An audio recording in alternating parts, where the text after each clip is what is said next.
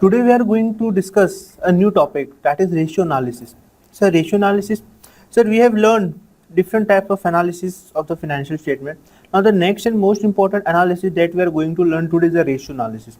So what do you mean by the term ratio analysis? So the ratio analysis means, sir, certain figures are given in the financial statement because, sir, as a nominal user or as a normal user or in a layman language, if I say, a user may not be having the expertise in the data presented in the financial statement. He is only relying upon the percentage data because, sir, that is the main base thing which is used to compare several data in a easier manner. That means that if we convert certain data into percentage and such percentage data is being compared with some other data, the user or as a layman can get an prompt and exact idea that, sir, what does the data wants to say. And that is, sir, the ratio analysis want to say. That means, sir, various types of ratios we are required to calculate, various types of ratios we are required to describe and to see its percentage wise data and compare it with the previous year data so that we can know that, sir, what is the financial performance of a company in the current year as compared to previous year, what is the financial position of the company in the current year as compared to previous year, and many such things. So ratio analysis, sir, if I say you in a short term, sir, in a short manner, sir, it helps us to give the data in a such a format that can even a layman can see the data and can understand it very easily without having an expertise knowledge of the same. Ratio analysis, yes, sir. Let's move forward in the given direction, sir. What does the ratio analysis wants to say? Let's check out its meaning and move forward, sir. Ratio analysis wants to say, sir, that it is the analysis and interpretation of the figure. Yes, sir. Whatever the data you are being given, for the easy purpose, you are converting that data into the percentage format and then you are comparing and interpreting that what does it want to say. For example, if, sir, I mean given that, sir, for example, your gross profit is 17% in the previous year, your gross profit in the current year is 19%. If these two types of data are presented in front of you, you can easily come to a conclusion that, sir, current year's performance is better than the previous year's performance. Reason being, sir, gross profit has increased by 2%. Means, sir, to analyze this data and to interpret this data, sir, you don't need any type of expertise knowledge. Sir, we need just only have the percentage data and, sir, we can move forward. Again, sir, moving towards the meaning, sir, appearing in the financial statement, that, sir, but obvious, sir, we are required to interpret, analyze the data which are being given in the financial statement. And, sir, it is nothing but a process of comparison, sir. Process of comparison, sir. Process of comparison contains many things. First, sir, you can compare your performance as compared to the previous year's performance. That means, sir, your current year's performance should be compared with the previous year performance. Moreover, you can compare your current year's performance with your competitors' current year's performance. That is also possible, sir. So, sir, we are doing ratio analysis because, sir, we are doing ratio analysis because, sir, our competitor will also prepare his financial statement. It will also give us what, sir? It will also give us the data in the ratio format, and as a result, sir, it would be easy for us to compare the data. Moving forward, sir, one figure against another figure. That means, sir, I have given you the example of gross profit. Gross profits are of the previous year was 17%, of the current year is 19%. That means, sir, we are given the figures to compare with each other, and the figures are derived from the financial statement data.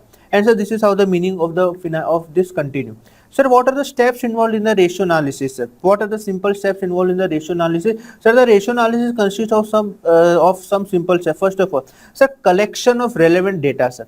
Sir, whatever things we want to prepare, whatever things we want to prepare, first we need a data of the same, sir. And, sir, that is only it wants to say, sir, collection of relevant accounting data from the financial statement. Second, constructing ratios of related accounting figures. Sir, we need to check, okay, sir, equity is there, where it can be used, debt is there, where it can be used, tangible asset is there, where it can be used, cost of goods sold or cost of sales is there, where it can be used. So, sir, while taking out the various data from the financial statement, we need to analyze which ratio will be useful so that this data can be presented properly in the ratio analysis statement. And as a result, sir, second step takes place. Third step, sir, comparing the ratios with standard ratio. Yes, sir. Standard means, sir, a particular company maybe is working in a some industry. For example, a pharma company is working under the pharma industry. Now, sir, industry also sets some of the standards. Industry also sets some of the standards, and sir, we need to compare our data with the industry standard also. Sir, we need to compare our data with the industry standard also, because sir, industry has set certain benchmark. That sir, if sir, I'm a pharma company, I am working under the pharma industry, and sir, my pharma industry has set a benchmark that is, sir, 20% gross profit will be considered as standard. Means that the pharma company usually makes a gross profit of 20%, and in that case, if my company is making a gross profit of 19%, then in that case, sir, my company will be considered as a good company, because sir, I am nearer to the benchmark which has been set by the industry in which I operate. And as a result, sir, we need to compare the data with the ratio compare the data with the standard ratio given by a particular industry also. Next, sir, interpretation of data at the time of valid conclusion. That means, sir, we need to interpret the data and we need to come to a valid conclusion, sir. Now, sir, if I revise the steps, sir, first of all, collect the data from the financial statement, then, sir, construct the accounting ratios, then, sir, sir, where to use the ratio, which ratios will be useful so that this data can be correctly interpreted. Sir, compare the data with the standard data given, and then, sir, interpret and give the valid interpretation. And hence, sir, using these steps, ratio analysis can be done very easily. Now, sir, various categorization of ratio analysis are being given. Various categorization of ratio analysis includes liquid ratios. Means that there are many type of ratios given in the market which are used by the financial statement analyst or financial analyst to see whether the company is performing or not, whether the company is performing well or not. And as a reason, sir, various categorization are given. First of all, sir, liquid ratios are given. Means a liquid ratio is there, solvency ratio is there, profitability ratio is there, efficiency ratio is there, coverage ratio is there. Sir, what is the meaning of all such ratios, sir? First of all, liquid ratio. The liquid ratio wants to say that what is the capability of the company? What is the capability of the company to pay its liabilities in cash? Means how much liquid asset that does the company have. Sir, it doesn't include only the cash and the bank balance, but it also includes the cash and cash equivalent, sir. What do you mean by term cash and cash equivalent? The term cash and cash equivalent means that the company has certain assets which can be quickly converted into cash, and that means that it is equivalent to cash only. Next things are solvency ratio, sir. What do you mean by term solvency ratio? That the, sir, company may not be having a proper liquidity arrangement in the company, but the company is solvent. Solvent means, sir, your assets are greater than your liabilities, sir. They may not be in a cash form, but, sir, other form of assets are there, and this indicates the solvency of a particular company, and sir, it indicates that, sir, your company is solvent. Next, profitability ratio, sir, your performance. Your company's performance is shown by the profitability ratio. That's, sir, how much percentage of a profit you are generating by the company, and so on. Next, efficiency ratio, sir, your activity, how much efficient your company is working, how much efficient your industry is working, sir. We need to show the same by the use of efficiency ratio. Then, sir, coverage ratio, sir, are you earning sufficient to cover your certain of the expenses or commitments? Are you earning sufficient amount of profit? Are you earning sufficient amount of liquidity? Are you having sufficient amount of cash so that your certain commitments can be covered up easily, like, sir, interest payment, loan repayment, EMIs? Sir, these are the commitments which have been made by the company, and, sir, company are required to earn at least the amount which they have committed to the outsiders, and that is the reason the coverage ratio are being calculated. Sir, next, market prospect ratio means, sir, market prospect ratio wants to say that due to your profitability, due to your liquidity ratio, due to your solvency ratio, due to your profitability ratio, due to your efficiency ratio, your market also reacts. Sir, we'll give a simple example and try to make the things clear. Sir, if you are earning a good profit, we are having a good profit, we have done a great business in the current year, we are able to cover up all our expenses in the current year. Now, sir, what is happening over here is, sir, now that, sir, I am having good profit, I will be transferring the same to the retained earnings, and now, sir, when I am transferring the same to the retained earnings, what is happening over here is, sir, I am able to give a good amount of dividend to my shareholders. When I am able to give the good amount of dividend to my shareholders, what is happening, sir? At that particular point of time, sir, my market price per share fluctuates. my PE ratio fluctuates. And that is the reason, sir, such prospects are covered under the market prospect ratio, which we will be covering in detail in the further session. So, sir, this was a glimpse in which categorization as was described about the ratio analysis. Let's revise the same: liquidity ratio, solvency ratio, profitability ratio, efficiency ratio, coverage ratio, market prospect ratio. Now, sir, we'll try to understand the ratios, the categorizations, sir, which we have discussed earlier, sir. So, liquid ratio, sir. What does the liquid ratio want to say, sir? The liquid ratio wants to say that it measures a company's ability to pay off its short-term debts. But obviously, short-term debts, sir, are the uh, most required component of the financial statement, and as a result, sir, we need to have the sufficient liquidity to pay off the same. That means it measures a company's ability to pay off its short-term debts. Example: current ratio, quick ratio, working capital ratio. Means that all these are the, sir, various types of ratios which are being used to measure the company's capability of liquidity, and that is the reason, sir, it is been mostly used and widely used by the many of the organizations in every industry. Next, sir, we are going to discuss the solvency ratio, that is the financial leverage. So what do you mean by the financial leverage? Leverage means a risk in simple words. Leverage means a risk in simple words, and sir, financial means the risk related to financial matters. And sir, solvency, yes, sir. Yes, sir. Solvency, as we have discussed, in simple language, if I tell you, sir, if your assets are greater than your liabilities, it may be quite possible, sir, they may not be in a cash position, but sir, still they are required to be shown. Next, sir, compares debt levels. Sir, it compares various type of debt levels with assets, equity, earnings. Yes, sir, your assets, equity, earnings. Sir, I have told you in a simple language that says your assets will be greater than your liabilities, and liabilities include your liabilities which is toward the equity, your liabilities toward the loans, your liability towards, and many other things. And sir, it is simple that when your assets are greater than your liability, it should be made. Evaluate whether a company can stay afloat in the long term. Sir, we need to evaluate the same, whether the company can stay afloat in the long term by paying long term debt and interest on debt. Yes, sir. If you have taken a loan, then you are required to have certain assets which can be given on mortgage. If you have taken a loan, then sir, in case of solvency, we need to see, sir, I am paying the loan today, and I am solvent enough, I am capable enough that, sir, if my certain assets are given on mortgage, I will be in a situation to take back the same, and as a result, sir, your solvency can be, sir, defined by any of the users of the financial statement. Next, sir, if examples are debt equity ratio, sir, that we'll discuss in detail, debt assets ratio, interest coverage ratio, and so on, sir. All these ratios will be covered in a detailed manner in the coming sessions. Moving forward, sir, what do you mean by the profitability ratios? In simple language, profitability ratios means that it derives the company's capability. It derives the company's capability to see whether sir, the company is earning a proper profit or not, whether the company's capacity has enhanced or not, and so on. Company's abilities to generate profits from its operations. Yes, sir, from its operation, the company is whether it is able to generate profits or not, sir, we need to see. Example are profit margin, return on assets, return on equity, return on capital employed, and so on, sir. And sir, these are the various types of things which are used by the industry to have their ratio analysis done. Next, sir, efficiency ratio. Sir, efficiency means activity ratio, whether, sir, if activity have been performed in a proper and in a manner which has been favorable, or which is in a favorable to the company, sir, we need to see the same. So what does the efficiency ratio wants to say? The efficiency ratio wants to say that evaluate how a company uses its assets.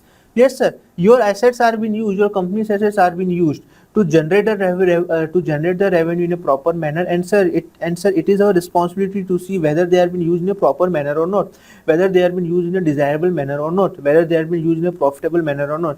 Liabilities generate sales and maximum profits. Evaluate how a company use assets and liabilities. Yes, a company using assets, that is fine, but liabilities is also used by the company. Answer is also yes, because, sir, for example, the company is purchasing on credit certain goods, sir. Company is purchasing certain goods on credit, and sir, that goods will come into the stock, and using that stock, I am assuming a production company, using that stock, company is producing, using that stock, company is producing further material which is converted into finished stock, and then, sir, it is been sold out. That means a certain type of liabilities also help us to generate the revenue, sir. We need to see it through the efficiency ratio. Example, asset turnover ratio, inventory turnover ratio, and various types of ratios are there in this category, which will be discussed in detail. Next, sir, coverage ratio. Sir, coverage ratio means, sir, whether your company is properly managed, or whether the company is sufficiently earning to cover your various types of commitments, various types of commitments. See, measures a company's ability to make interest payments and other obligations. Yes, sir. That are the commitment for the companies and interest payments and other obligations associated with the date. Yes, sir. Because on a regular basis you are required to pay the installments, you are required to pay the interest, you are required to pay the various obligations, and as a result, sir, you are required to see whether your earnings are sufficient enough to cover all such obligations, whether your earnings are sufficient enough to cover all such obligations or not, sir. We need to see the same. Example, time interest on ratio, sir, is the best example, which will be discussed in a detail in further lectures. Debt service coverage ratio, sir. All these things are the, sir, things we need to see. Market prospect ratio, that means, sir, various types of prospects made by the investors. Sir, investors invest in a particular company to earn dividends or to earn benefits of the same, and as a result, sir, we need to discuss it over here. That, sir, investor uses these ratios to determine earnings of their investment. Example, dividend yield, P ratio, EPS, and so on. So these are the various types of market prospect ratio which are being used to have the investors benefit from the company's earning. If you look at the ratio analysis in a short and descriptive manner, we can see the same on the screen, that the liquidity ratio, solvency ratio, activity ratio, profitability ratio that we have discussed in detail in the previous slides. This can be seen in a short and a easy format, sir.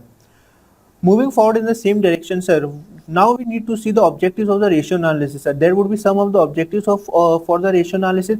Sir, what does the objective of the ratio analysis say, sir? First of all, it measures the profitability. Yes, sir. Sir, using the profitability ratio, sir, we can measure the profitability of a particular company of the current year as well as of the previous year. Then, sir, evaluation of operational efficiency. Yes, sir, we can also evaluate the operational efficiency of a particular organization using the ratio analysis. Next, sir, if we discuss, sir, it ensures the liquidity. Means that these all are the things which are covered by somewhere in each type of ratio. It means the profitability ensures the profitability. We are required to calculate using the profitability ratio. Operational efficiency means, sir, we can say activity ratio, sir. Next, sir, ensure liquidity means, sir, we need to consider the liquidity ratio. Sir, overall financial strength, sir, we need to consider various types of debts which are there with the company and which the company is required to pay off along with interest in a future time period, and whether, sir, sufficient assets are there available with us to pay off such debts, whether, sir, we are generating sufficient amount of revenue from the same, and sir, all such things will be considered under the overall financial strength. Means, sir, in the overall financial strength, sir, we can see that, sir, within the overall financial strength, sir, your all ratios, whichever ratio, sir, we will discuss, sir, it will give a combo effect of all of the financial strength of a particular organization. Moving forward, sir, comparison, best thing, sir, an important thing, sir, we are able to make the comparison for the same, sir, and as a result, sir, we can have the knowledge that, sir, whether as compared to previous year, current year's performance is up to what extent proper, and, sir, if we consider our current year's performance, how, sir, we are in line, or how, sir, we are ahead of our competitors or not, and sir, as a result, sir, as a result of the ratio analysis, we are able to get that direction to be used in the coming year for the better profitability and for the better management of a particular organization. Next, I will discuss, sir, what are the advantages of the ratio analysis, sir. Yes, sir, last slide we have discussed the objectives. Now we'll try to discuss the, sir, advantages of the ratio analysis, sir. What does the advantages of the ratio analysis say, sir? Advantage of the ratio analysis, first, sir, it is forecasting and planning. Sir, we are doing forecasting and planning, sir. Just now I told you that, sir, if we are having the proper data, if we are having the proper all such things, sir, we will be able to do a proper forecasting and planning for the same.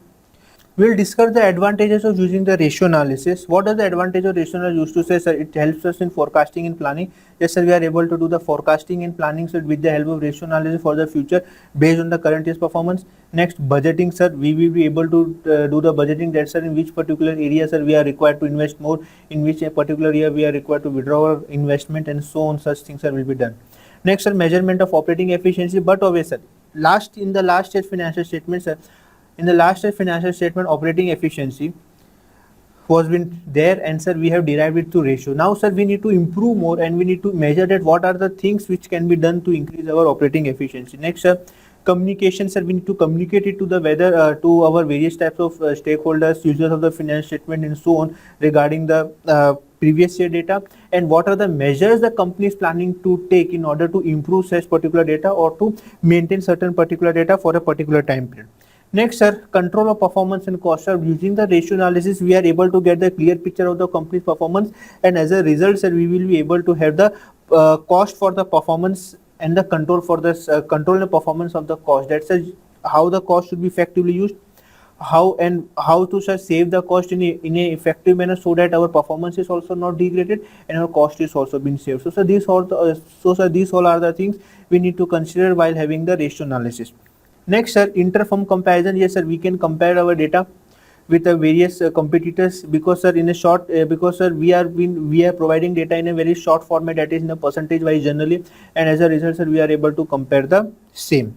Next, sir, indication liquidity position. Yes, sir, using the liquidity ratio, sir, we can have the indication of the liquidity position about the company, and sir, the investors can take the future planning or the future decision regarding the investment to be made or already been held in the particular company. Next, sir, simplification of financial statement. Sir, financial statement preparation is not an easy job. It is a very tedious job. And sir, as a layman language, sir, he would not be in a position to understand the financial statement. And as a result, sir, using the ratios, given the list of ratios in a particular set of statements, sir, we can easily have the simplified financial statement in our hand, and we can see that, sir, what are the pros and cons, and which are the things which need to be revised and which needs to be considered in the future performance. Sir, as we have discussed the advantages of the ratio analysis, now it's time to discuss certain disadvantages of the ratio analysis. So what does the disadvantages of ratio analysis means to say, sir? There are limitations also which the ratio analysis is facing. First of all, sir, limited use of ratio analysis. That means, sir, a single ratio can be used for only single purpose, and sir, for every matter we need a separate ratio, sir, which can be tedious for an organization. Sir, then, sir, ignores, sir, quantitative factors, sir. It's certain times ignores the quantitative factors also. Sir, window dressing, sir, means that one data can hide the another data, sir, and so that the proper picture cannot be seen.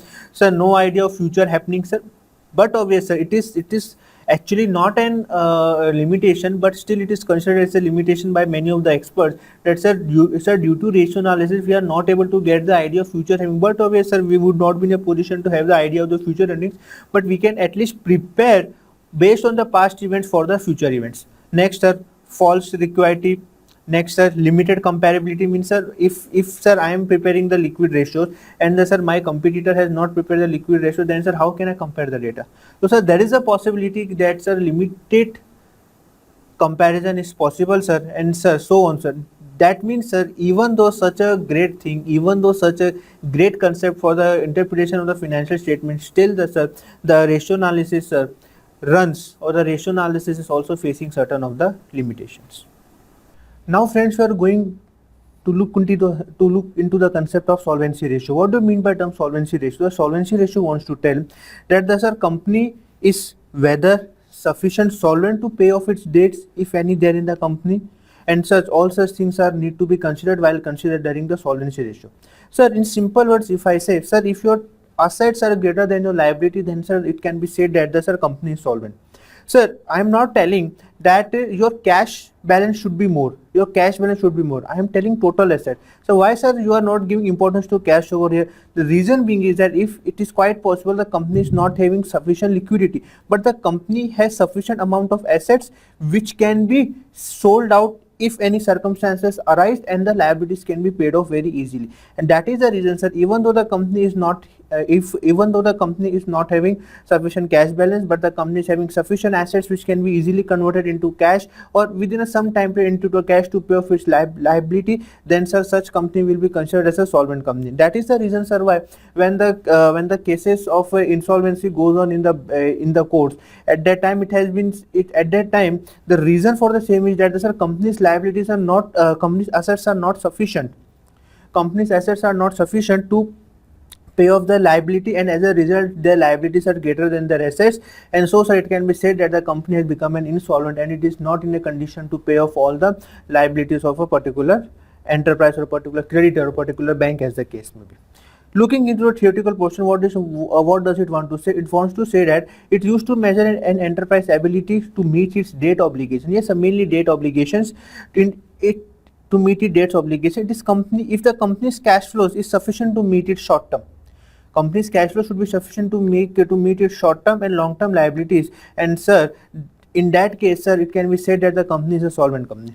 Sir, lower the ratio, higher the probability. Sir, what does it want to say? If the sir solvency ratio is less, sir, it indicates that sir your company is less solvent. If your company is less solvent, then sir, what does it want to say? Sir, it wants to say that your assets may be almost equal to liability. Your assets may be slightly higher than your liability, and all such things, sir. And that is the reason, sir, it has been said that sir, higher the ratio of solvency, higher the probability of not getting insolvent, and lower the ratio means a higher the probability of getting the company insolvent. As a result, sir, the solvency ratio works. Moving further, sir, lower the ratio, the higher the probability of default of debt obligation that we have discussed. Now, sir, solvency ratio have been categorized into two parts: liquidity ratio and the turnover ratio. So these are the list of liquidity ratio, these are the list of turnover ratio, which we will discuss in the coming sessions. Each and every ratio will be discussed in detail in the coming sessions. Moving forward, sir, solvency ratio, sir. Types of solvency ratio, sir. If we try to see in the brief, sir, solvency ratio types are, first of all, it is debt to equity ratio. What does a debt to equity ratio wants to say? Sir, the debt to equity ratio wants to say that in comparison to its debt or in comparison to its equity, how much amount of debt is available with the company. That means, sir, why this ratio has been used? Sir, this ratio has been used, reason being that, sir, if the company is not in a position to pay its debt, then the, sir, equity people, means the shareholders, means the stockholders or the owners of a particular enterprise, are going to bear such loss. Sir, how come they will bear the loss, or they will bear the loss? Reason be that, sir, the equity portions part will be used to pay off the liabilities of the debt portion, and as a result, at the time of final settlement of the company which is being closed down, sir, equity portion will be getting the lesser part from the amount which they have paid to the company at the time of subscription of the shares. And as a reason, sir, company wants to know, equity holders wants to know that, sir, what is the debt as compared to our equity. Sir, equity portion will be happy, sir. Equity people will be happy if their portion is higher than the debt. Reason being, sir, if in case such situation happens, equity portion will not bear the huge amount of loss. They will bear only a marginal loss or maybe no loss, because their equity portion is higher, and sir, the debt portion of the company is lower. This is also debt to equity ratio wants to say. Next, sir, debt ratio. What does it mean by debt ratio? Debt ratio means to say, sir, as compared to the total capital employed.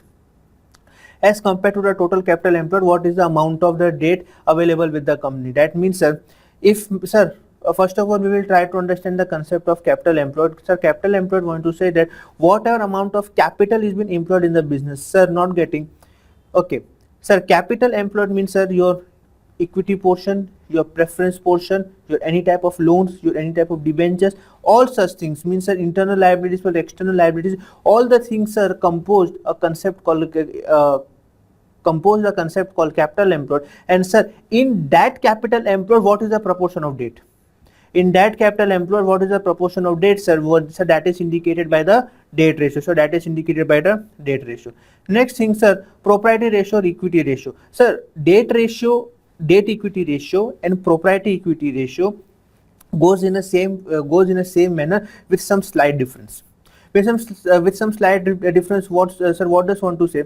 The equity portion. Now, sir, in the debt equity ratio, we have done the analysis from the viewpoint of equity people, because they are the base people. Now, from the propriety or equity portion, we will make the analysis from the person who have given a debt to the company. They will also feel that, sir, okay, sir, we are on a safer side, because, sir, in the company in which we have given the debt, in that particular company, equity portion is more, and so, sir, we are fearless of getting the less amount at the time of due date of the payment. That means, sir, if the risk of default gets lesser from the viewpoint of the person who has given the loan to the company, and that is the reason, sir, propriety ratio or the equity ratio has been calculated. Next, sir, earning coverage ratio. Sir, what does the earning coverage ratio want to say? Sir, the earning coverage ratio wants to say that, sir, whether your earnings are sufficient, sir, whether your earnings are sufficient to cover your fixed commitments. Like, sir, if we have taken a loan from a particular bank or from a particular enterprise, sir, we are committed to pay certain amount at a fixed time period of interval. We are committed to pay certain amount at a time of fixed time period of interval, and as a result, sir, company is required to earn at least the fixed commitment amount so that the company will not make default in its payment. Company is required to earn at least certain amount of fixed commitment or the full amount of fixed commitment so that there will be no default on the part of the company at the time of making the payment. And as a result, sir, many ratios are covered under the earning coverage ratio, sir, which will be discussed further. But that was only a brief introduction of the earning coverage ratio. Moving further, sir, debt to equity ratio, sir. Debt equity ratio, what is it mean by the debt equity ratio? That's how much amount of debt is available with the company as compared to its equity, and because the equity is in the denominator, it is the base from the viewpoint of which we are deriving this ratio. Sir, its formula says that it is a total liabilities divided by shareholders equity. Its formula says that total liabilities divided by shareholders equity. That means, sir, it is considering the total debts, long term plus short term both. And as a result, sir, the equity holder should be aware and the debt holder should also be aware that, sir, what is their ratio in a particular company, which can help them to have the better idea of the company's financial position. Moving forward in the same direction, sir, what does it want? It wants to say, sir, that it measures the relationship between, as we have discussed, it measures the relationship between long-term debt of a firm and its equity. And sir, its formula says that debt to equity ratio equal to long-term debt divided by shareholders fund. Basically, it is nothing but your full debts they are considering in the given concept. Moving further, sir, long-term debt equal to debentures plus long-term loans. Sir, why they're giving specifically definition of long-term loans? Because, sir, other than this, all are short-term liabilities and all such things, and sir, they are known to us very well. We are sometimes getting confused in the definition of long-term loans, and that's why, sir, long-term loans are being described over here. Moving further, sir, what does it want to say? Sir, shareholders fund equal to equity share capital plus preference share capital plus reserve minus fictitious assets. Means, sir, why such a fictitious assets has been deducted? Sir, here the fictitious assets has been deducted. Reason being that the fictitious assets are the loss which are required to be borne by the equity shareholders, or rather I would say, sir, shareholders, or rather I would say the owners of a particular company. And as a result, sir, while deriving at their particular portion or their particular ownership amount, sir, fictitious assets are been deducted, and as a result, sir, in the formula it has been shown while deducting from the same. Moving over, sir, next, sir, debt ratio. Sir, debt ratio means, sir, as compared to the total capital employed. What is the proportion of debt in the company? Sir, first of all, it wants to say that it measures the long-term debt of a firm with total capital employed. So this is the difference between debt to equity ratio and the debt ratio. Sir, debt to equity ratio compares only with the equity, but the debt ratio compares it with the total capital employed of a particular enterprise. Alternatively, instead of capital employed, sir, net fixed assets also can be used. Sir, why, sir, net fixed assets can be used? Because, sir, the capital employed is always equal to the net fixed assets available with the company, and hence, sir, sometimes in the given formula, sir, instead of capital employed, the net fixed assets are also being used. Debt ratio equal to long-term debt divided by capital employed, or long-term debt divided by net assets. So means, sir, in place of capital employed, you can use the net assets in the given formula. Capital employed equal to long-term debt plus shareholders fund, as we have discussed in the brief introduction of the particular ratio. So capital employed is the total capital employed, your own, your outside liability, and all such things are considered over here. And a net assets equal to non-fictitious assets minus current liabilities. So net assets means, sir, your fixed assets minus your current liabilities, and all such things will consider under the definition of net assets. Moving further in the same direction, sir, formula for debt ratio. The formula for debt ratio says it is a total liabilities divided by total assets of a particular enterprise. Now we'll discuss the concept of equity ratio. What do you mean by term equity ratio? Yes, sir, as compared to our total assets, what is the proportion of equity? As compared to our total assets, what is the proportion of equity? That is told by the equity ratio, sir. Now the formula suggests that, sir, total equity divided by total asset. That means, sir, as compared to our total assets, or sir, sometimes it is also been said that, sir, we are comparing our total liabilities or the total of the liability side as compared to our equity portion. So sometimes it is also been said, because sir, in balance sheet your total assets will always be equal to total liabilities, and that's the reason, sir, sometimes it has been said, such as it has been said that, sir, as compared to your total assets or as compared to your total liabilities, what is your equity portion, what is the proportion of the equity portion. Or sometimes it is even been said by many of the experts that, sir, in comparison to a total debt, how much is your total equity. Means, sir, different viewpoints are there regarding the ratios, and so, sir, we are discussing all the concept, all the viewpoints in the given ratio which can be covered in the given formula. It can be said equity ratio equal to total equity divided by total assets. Moving further in the same direction, sir, it wants to say that proprietary ratio means it shows the relationship between the proprietor's fund, that means, sir, what is the proprietor's fund, and the capital employed or the net assets. See, sir, capital employed or the net assets, sir, means, sir, different viewpoints are there over this type of ratios. Sir, in the ratio topic, sir, what is specifically given is that, sir, you can have n number of viewpoints, and, sir, n number of viewpoints are given by many experts which are been accepted wholly in the market, and as a reason, sir, we should be aware about all such things. Next, sir, in the next week, we could see the earnings coverage ratio, sir. What do you mean by the term earnings coverage ratio? The earning coverage ratio, sir, this much amount of earning coverage ratios are given in a particular topic. Sir, the logic of all the things remains same, whether all of the earnings are sufficient, whether your total earnings is sufficient to cover your any debt commitment, whether your debt obligations are there or not. First of all, you need to check the same, and when your debt obligation are there, you need to check whether you are earning sufficient amount to cover your commitment. So that means, sir, company should at least earn the amount of commitment which is required to be fulfilled by them. And as a result, sir, various types of ratios are given, sir: interest coverage ratio, debt service coverage ratio, cash coverage ratio, and, sir, asset coverage ratio. In this, sir, all things you will find it common base is the, sir, either the interest expense or the, sir, total debt or the total debt of a particular company. That means, sir, we need to look from the interest viewpoint. For example, sir, yearly my interest is coming to approximately $350,000.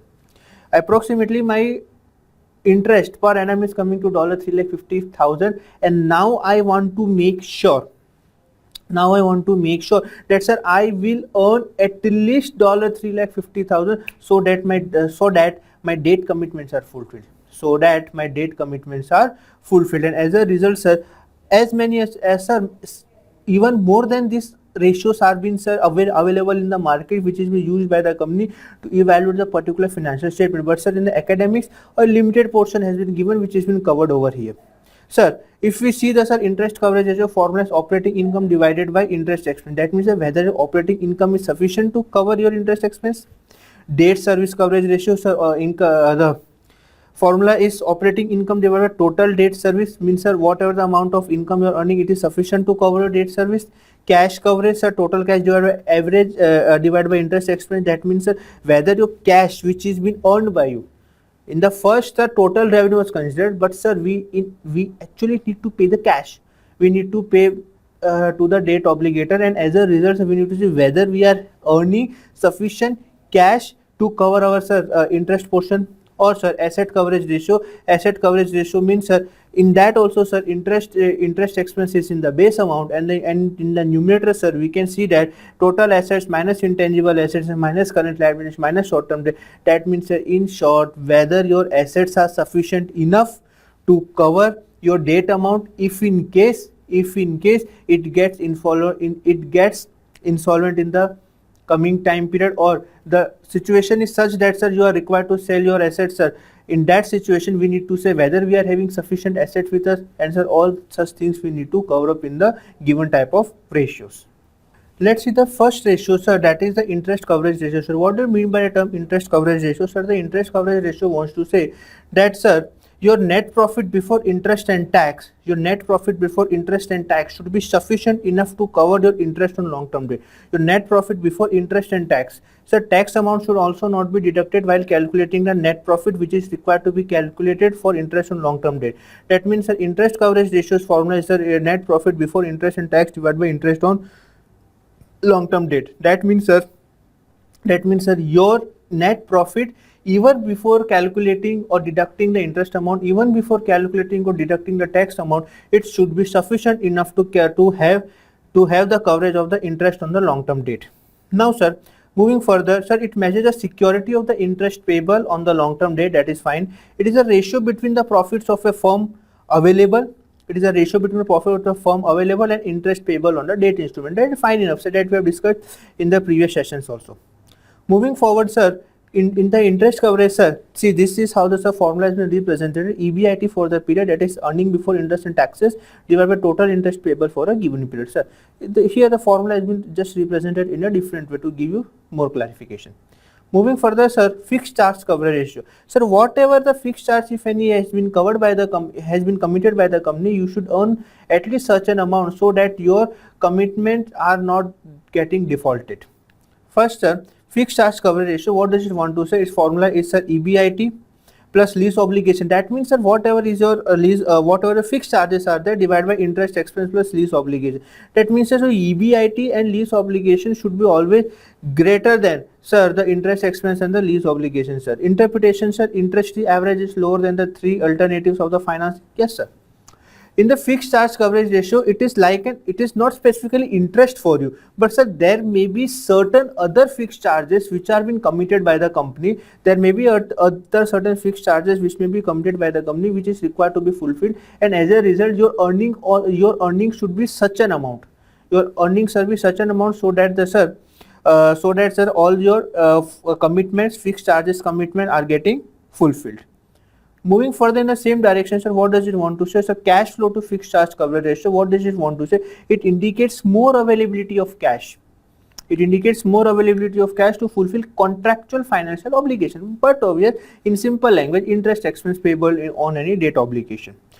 It indicates more availability of cash to fulfill contractual financial obligation, and it also indicates the amount of operating cash flow the company is available to pay its contractual obligation. But obviously, company is making use of the amount which it has borrowed from the market. Now it is the company's responsibility to use such amount in such a manner, that it maximum benefit is derived, and as a result from the benefits derived in the operating nature, its benefit derived in the operating nature, it should be of such that the debt obligation, if there is, the interest payable obligation, if any there, it should be able to cover the same from its business activity or from its operating activity. And as a result, it has been said that from the operating cash flow only. Sir, why does it specifically said that, sir, operating cash flow? Reason being, sir, there should not be such condition that the company need to borrow from other sources to fulfill the debt obligation of some other sources. The company need not to borrow from other sources to fulfill the contractual obligation of some another sources, and as a result, it has been said that the company must be sufficient enough to earn so that it is able to generate the benefit on its own and pay the debt obligation amount. Moving further, sir, cash flow to fixed charges, it gives, sir, adjusted operating cash flow divided by fixed charge. That means, so your cash flow should be such an amount, at least you are required to have such amount of cash flows so that your fixed charges are getting covered in the same. Moving further in the same direction, sir, if we see the definition of the adjusted operating cash flow, what do you mean by the definition of adjusted operating cash flow? Or adjusted operating cash flow means, sir, cash flow from operation after tax, that is from the statement of cash flow, sir, we need to derive the final amount of the operating cash flows plus any cash fixed charges, sir, that we need to reverse it. So means, sir, see, in the cash flow from operation after tax, the amount is derived after deducting all such things. That means, sir, we need X amount of cash so that it would be sufficient so that your fixed charges are getting deducted from the same. That means the cash flow from operation after tax, that is from the statement of cash flows, plus cash fixed charges, that is to add back cash interest paid on loans and capital leases and operating leases payments, since those are deducted in calculation of cash flow from operations, and, sir, cash tax payments, sir, which you have deducted while calculating the same. And that means that company should be aware that what amount of cash we need to require so that our all the debt obligations are being fulfilled. Hello friends, today we are going to start with another concept under the ratio analysis, that is the activity or efficiency ratio. What do you mean by the term activity or efficiency ratio? The activity or efficiency ratio needs to say that how effectively the enterprise is using its resources available with them. How effectively the enterprise is using its resources available with them for the betterment of the particular enterprise. This is been shown in a numerative way, in a figurative way under activity ratio. Sir, activity means, sir, we have developed and established our business to conduct specific activities. We have developed and established our business to conduct certain specific activity, and sir, whether those activity are being conducted in a proper manner or not, and a profitable manner or not, sir, we need to see the same. Sir, what does the definition say? Let's see the definition and then we will move forward. This definition wants to say that it measures the firm's ability to convert different accounts within its balance sheet into either cash or sales. This a different accounts means, sir, you have purchased certain assets. When you have purchased certain assets, you have recorded it on the balance sheet. Now, why you have purchased those assets? You have purchased those assets so that you can use it for the production of the goods or the rendering of the services in which you are involved, and then you can generate the sales or generate the revenue from the sale. That means if you have invested $12 lakhs in the for the purchase of a particular machinery, how you are converting those 12 lakhs again into the revenue for a particular enterprise, that has been defined through the activity ratio. Moreover, in balance sheet, there are many other balances like inventory, account receivable, accounts payable, and so on. If you talk specifically about the account receivable, sir, the account receivable needs to say, the account receivable means, sir, in how much time period we will convert that specific balance of account receivable into cash. Sale we have already made. The plant and machinery which we have purchased, we have already used the same and converted the same into the sales. Now what will happen afterwards? Those sales, assuming only credit sales, are converted into the account receivable, and as soon as they are converted into account receivable, now it is a requirement, it is the efficiency of the company which will be measured, that within how much time period the company is able to convert its account receivable into cash so that the liquidity position of the company does not deteriorate. This is the same that measure a firm's ability to convert different accounts within its balance sheet into either cash or sales, and it also measures the relative efficiency of a firm by use of its assets, leverage, or others. Sir, it also measures the relative efficiency means, sir, we have purchased certain raw materials. Those raw materials are there in our particular stock. How much sales we are able to make of their closing stock? Let's see. Sir, we have purchased stocks. Now, in how much time period I am required to purchase new stock? Now I am required to purchase new stock. I am required to purchase a new stock because I would have made the sales of the same. If I would have made the sales into sales of the stock, that means my either cash would have been generated or account receivable would have been generated in the balance sheet. Moreover, in how much time period I am purchasing, and that means, sir, more the amount of times I am purchasing the raw material for the production or for the trading of the goods, more the time I am able to generate revenue because my goods are being sold, and that's why I am required to purchase the raw material again and again. And that is the reason, sir, it is the efficiency of the firm, it is the capability of the firm that it is able to sell its product on a regular basis, on a continuous basis, and in a large scale, so that the requirement of the raw materials coming again and again, and sort of cash flow, so whole of the cash flow is been going on in a particular balanced manner. Moving forward, sir, in the same direction, what does it want to say? Activity ratio, sir. In that we will discuss the types of activity ratio. Sir, in types of activity ratio, what does it want to say? First, total assets turnover ratio. How the assets are used to generate sales, that has been described through the total assets described through the total assets turnover ratio. Moving forward, fixed asset turnover ratio. Sir, what is the difference? Sir, in the particular first, total assets were used, and in that specifically fixed assets is used. That means in the total assets, your current assets are also included, but in fixed assets, only fixed assets are being considered. That means we have to consider from the viewpoint of fixed asset that how much is the fixed asset able to contribute for the same? How much are the total assets able to contribute for the generation of the sale for a particular enterprise? Moving forward, sir, current assets turnover ratio, sir. First of all, we have seen the fixed total asset turnover ratio. Then we have discussed the fixed asset turnover ratio. Now, sir, we need to also see how the current assets are helping in generating the revenue for a particular enterprise, and that can be seen through the current assets turnover ratio.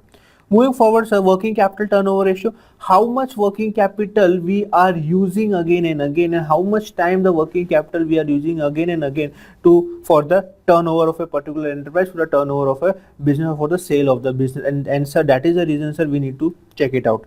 Next, sir, stock turnover ratio, how much times I am required to purchase stock in a particular year. For example, if after a time gap of every 1 month I am required to purchase the stock because my stock is getting sold, now that means in a particular one period of 12 months, in a particular one period of 12 months, I am required to purchase my stock 12 times in a year. So that would be shown through the stock turnover ratio. And sir, debtors turnover ratio, sir, how much times in a year the debtors are paying me the amount, so that will be described through the debtors turnover ratio. And sir, then creditors turnover ratio, that means, sir, if sir if I'm purchasing the goods on credit, the more amount of times I am purchasing the goods, the more amount of time I will be required to pay to the creditors. And yes, sir, if I will not pay the creditors on time, sir, next time they are not going to supply the goods for sir, next time they are not going to supply the goods to me, and as a result, sir, my production process could stop. And that is the reason I need also to consider that how much times in a particular year I am required to make payment to my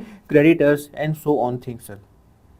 Now friends, we will look about the total assets turnover ratio. What do you mean by term total assets turnover ratio? Sir, it wants to say that, sir, it measures the efficiency of utilizing its assets, and higher the ratio represents efficient utilization of total assets.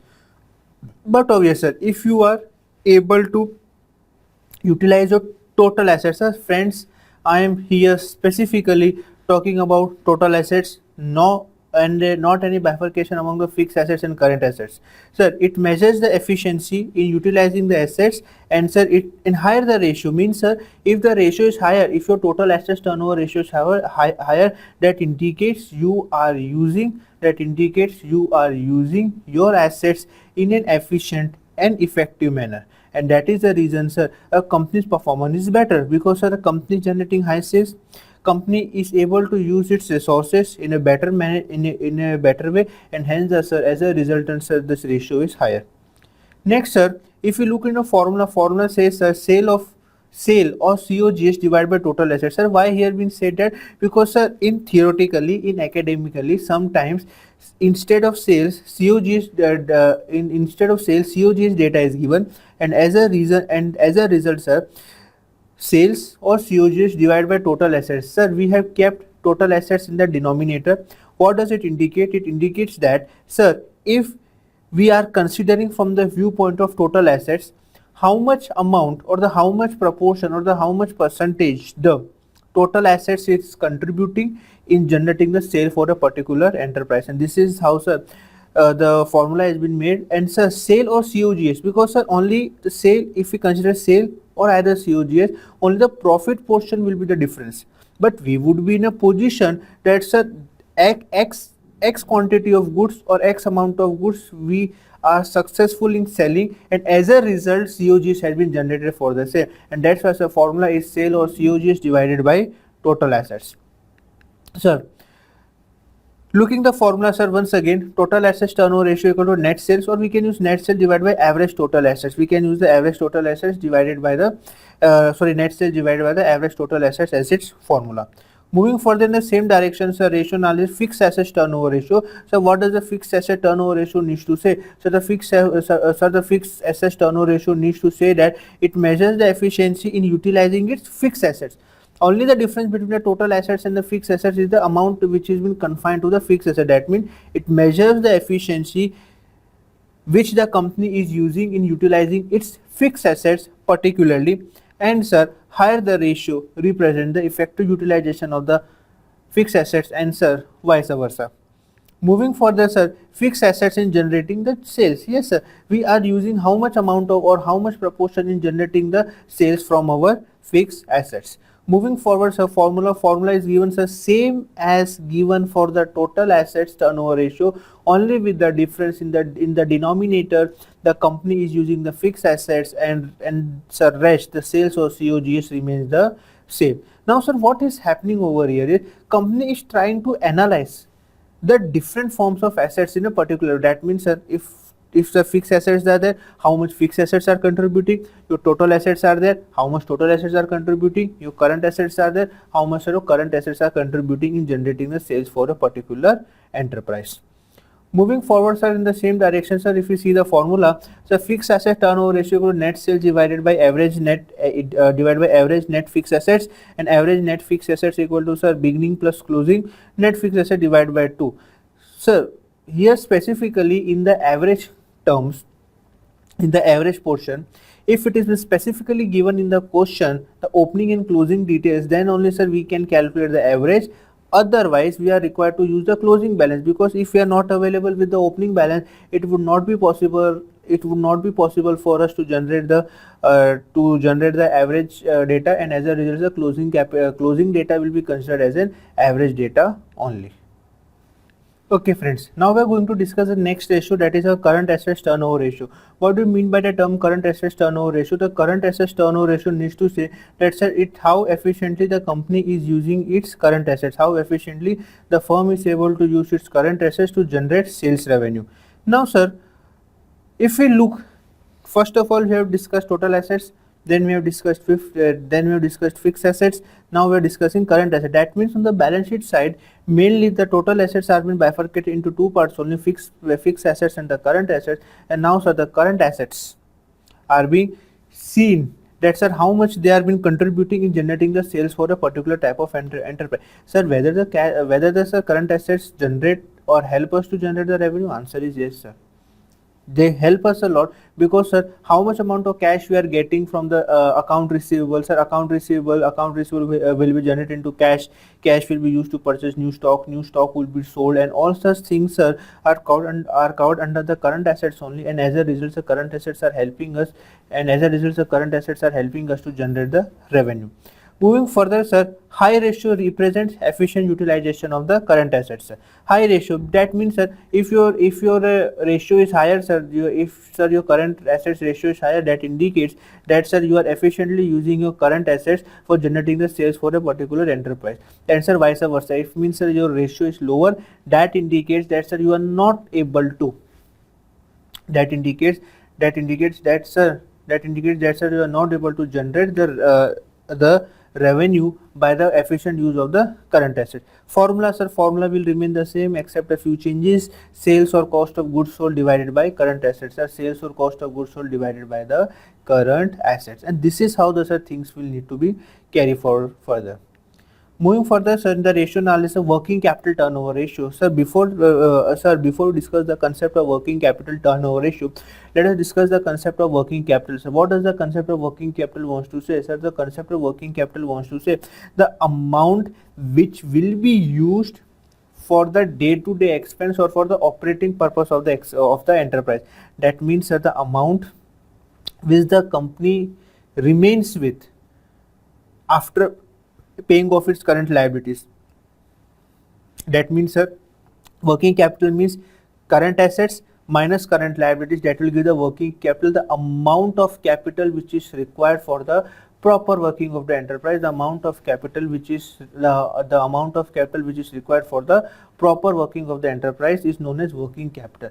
Now, sir, that remaining portion which is there after paying off your current liability, that remaining portion which is remaining after paying off your current liabilities, that will be used for the other purpose of the business, that will be used for the other objective of the business, and as a result those objectives, those purposes, how much they are able to help the enterprise to generate the revenue, those objectives, those purpose, how they are able to help the enterprise to generate the revenue.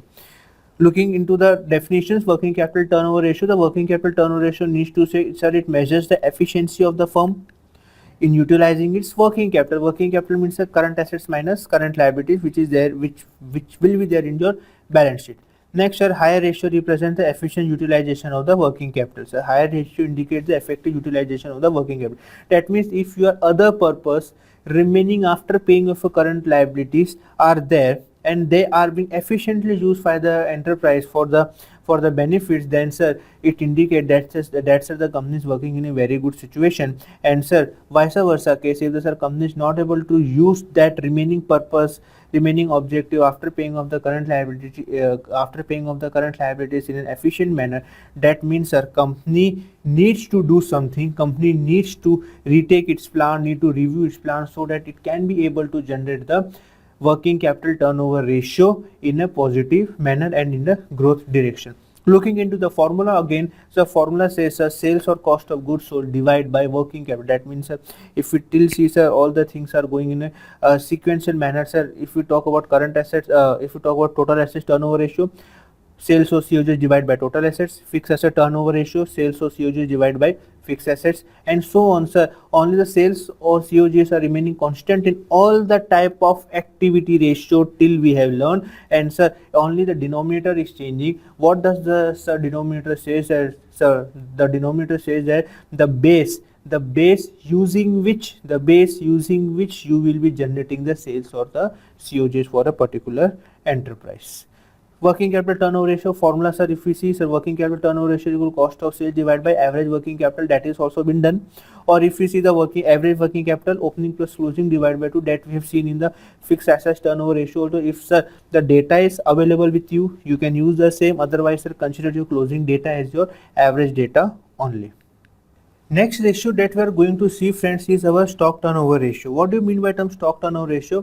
That's in a particular time period, how much amount of stock, that in a particular time period, how much amount of stock you are able to purchase on a regular basis, or the cycle of stock purchasing is going on in a how much time period, that is indicated by the stock turnover ratio.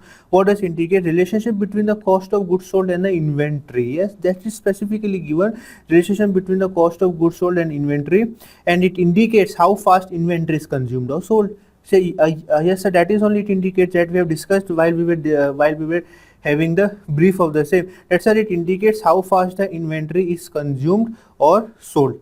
Moving further in the same direction, high the ratio, better position for the government. That means that if the company is able to, if the company is in a position or required to purchase the goods again and again, that means sir, what will happen? The company is required, company is having the good sale of goods. That means it will generate profit margin in a better way, more profit, more sale, and as a result, sir, due to sometime quantity discount also, the company would be in a position. To get the higher discount from the supplier, because the company will say, see, in a particular time period we are having a purchase of approximately 25,000 of quantity, so that may be considered as a used quantity in a particular example I am assuming. Now what will happen in that, if the company is able to sell more, the company can even reduce its cost of goods sold by obtaining the credit or by obtaining the discount from the suppliers, and as a result, sir, overall the profit will also increase in both the manner. The sale will also increase due to the increase in the quantity of goods sold, and sir, second, the price of the per product may also decrease due to the additional discount demanded by the enterprise, and as a result the company's performance would be the best.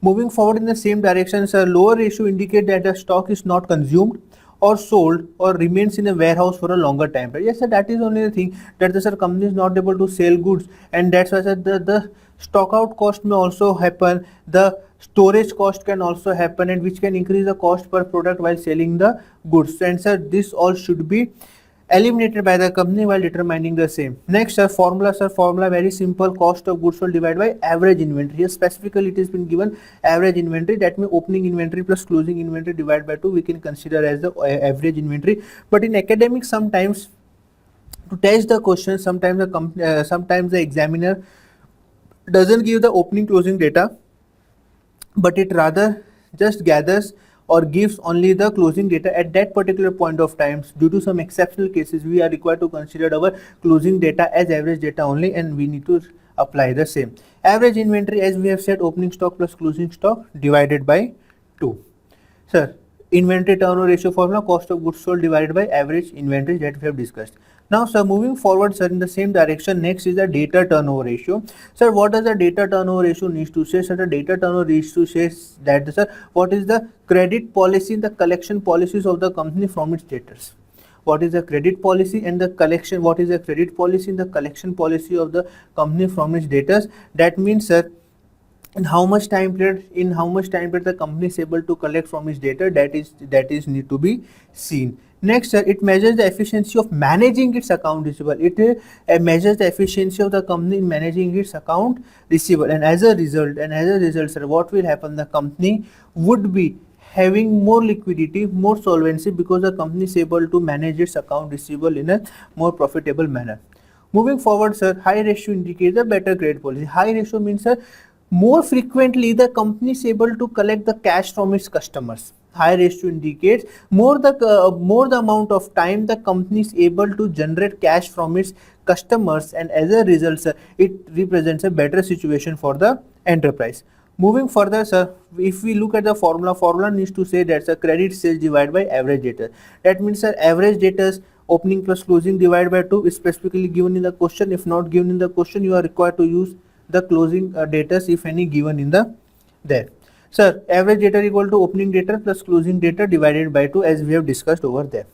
Next, sir, if you look into the concept, sir, that is the, sir, formula again only, just now we have discussed, sir, net credit sale divided by average accounts receivable. Next, ratio analysis means a creditors turnover ratio. Sir, for creditors we are required to make the payment. In how much time period we are making the payment, or how frequently we are making the payment to the creditor, so that we need to see, because, sir, that is also important. If we do not make payment to the creditor, that means the creditors will also start to stop the supply to our premises, and as a result, sir, all the ratios that we have discussed earlier will get devastatingly affected, and as a result, sir, we need to check the creditors turnover ratio also. What does the creditors turnover ratio need to say, sir? The creditors turnover ratio says that it describes the payment policy of the enterprise. Payment policy. Next, management of account payable. It describes the management of the account payable as it was there in account receivable. That's it describes the collection policy in account receivable, but here it is describing the payment policy. Here it is describing the management of account. Here it is describing the management of account payable. There, at that point of time, it was describing the management of account receivable, and as a result, so both the things are going on in a perfect manner. Next, high ratio indicates better ability of the manager. That's the management is available with so much amount of funds, sufficient fund, that it is able to pay its creditor on a timely basis. That's it is able to pay its creditor on a timely basis, and as a result, sir, the goodwill of the company will also increase, and thus a reputation will also have a growth stage. Next, sir, to finance its credit purchase, and vice versa. Yes, sir, the company is having the ability to finance its credit purchase, or either the, sir, to pay in the cash purchase. So, sir, higher the creditors turnover ratio, higher the better position of a particular company. Moving forward with the formula says that the credit purchase divided by average creditors.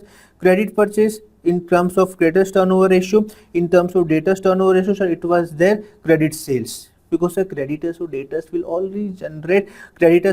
will only generate in case of credit transaction only. If sir cash transaction is there, sir, they would not be generated. Average creditors are once again like average debtors only, opening creditors plus closing creditor divided by 2. If in the question to you the opening data is not provided, you are required to consider your closing creditor as your average creditor only, sir. Moving forward in the same direction, sir, in the ratio analysis, sir, what does the formula says? Now, next thing that we are going to look into is the, sir, operating cycle. What do you mean by term operating cycle? Sometimes it is called working capital cycle. Sir, look into the situation that, sir, when we have sold the goods, or rather, I would start from the basics very much. That, sir, when we have purchased the goods, assuming we are in a trading business only, when we have purchased the goods, sir, in that particular point of time, it is not sure that in how much time period the amount of cash, if any, it has been invested for purchasing the goods will be realized by us from the sale of the same. Now, sir, what does it mean? It means, sir, when we have purchased the goods, the cash has been converted into stock. The stock when we will sold, assuming I am in a trading business, the stock when I will sold, it will get converted into cash if I am making cash sales, or it will get converted into account receivable if I am making the sales on credit. Now, there are different time periods which are there. That means it is quite possible, I am aware that when I am purchasing the goods and they are there in my go down for the sale, after coming in the go down, they are being sold after a time period of 10 days. That means for those particular 10 days my amount is blocked. Now again, if after a period of 10 days I am selling the goods in that particular time period, if I am doing the cash sales, well and good, not a big issue. But if I am doing the credit sale, that means the amount will not be received by me, but the stock will be gone to the customer. Now if I am providing 30 days time period credit to the customer, that means that my amount is blocked for a time period of 40 days.